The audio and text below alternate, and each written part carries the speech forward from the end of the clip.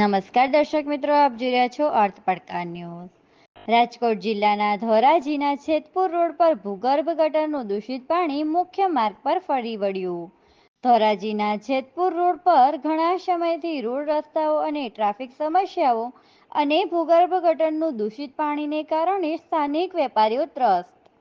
નગરપાલિકા તંત્રને અનેક વખત રજૂઆત કરેલ પણ કોઈ નક્કર પરિણામ ન આવેલ। આજરોજ જેતપુર રોડ પર ભૂગર્ભ ગટર ચેમ્બર ઉભરાયેલ, જેને કારણે દૂષિત પાણી મુખ્ય રસ્તાઓ પર ફરી વળ્યું। વેપારીઓ અને સ્થાનિક વેપારીઓ ત્રાહિમામ મીડિયા સમક્ષ પોતાની વ્યથા વ્યક્ત કરેલ। રિપોર્ટર જગમાલ સુવા, ઉપલેટા। મારું નામ જીતુભાઈ કોઠિયા।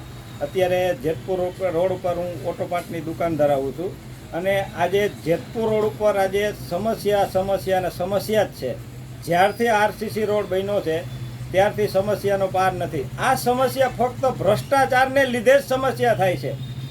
જે સમસ્યા આજે જોવો તો ગટરનું પાણી રોડ ઉપર નકરું ગટરનું પાણી ચાલ્યું જાય છે, ટ્રાફિકની સમસ્યા છે।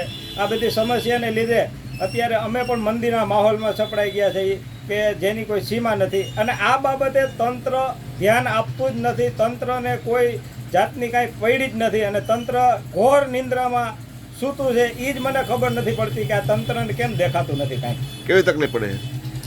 તકલીફની તો વાત જ જવા દો। આ ગટરનું પાણી એટલું બધું દૂષિત છે તે એના જે પાણીના છાંટા પણ ઉડે છે ને, તો આપણે તમારા ઘરે જઈને પાછું નાહવું પડે એટલું દુર્ગંધ મારતું પાણી રોડ ઉપર રહેલું જાય છે। આવી બધી સમસ્યા છે, વિચાર કરો તમે। તંત્ર દ્વારા જાણ કરવામાં આવેલી છે?